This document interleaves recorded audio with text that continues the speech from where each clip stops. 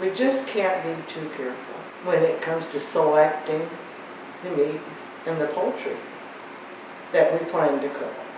The label will tell you the serving size, and then you go down and it tells you how much sodium is in that amount of serving. That's what all of my recipes are based on, sodium per sodium. We can look at our chicken, and we know chicken is between 60 and 75 milligrams of sodium for 4 ounces.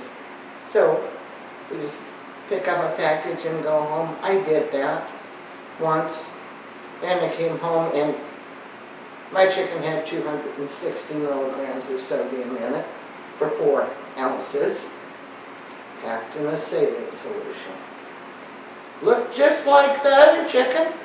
I was surprised today at my grocery store to find that ground turkey has 95 milligrams of sodium for 4 ounces.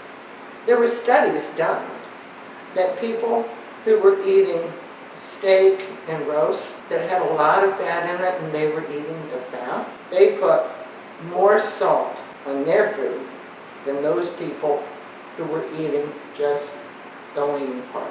The fat in there kind of dulls our senses. I don't know how it does it, but it makes us want to add more salt. I take it off of there just because I don't want it in there. But maybe I've been doing something good. On your label, if you look for loin or round, that's going to be your leaner cuts of meat. The ground beef that has less fat is going to have more lean. Turkey has more than chicken does. Now check those labels.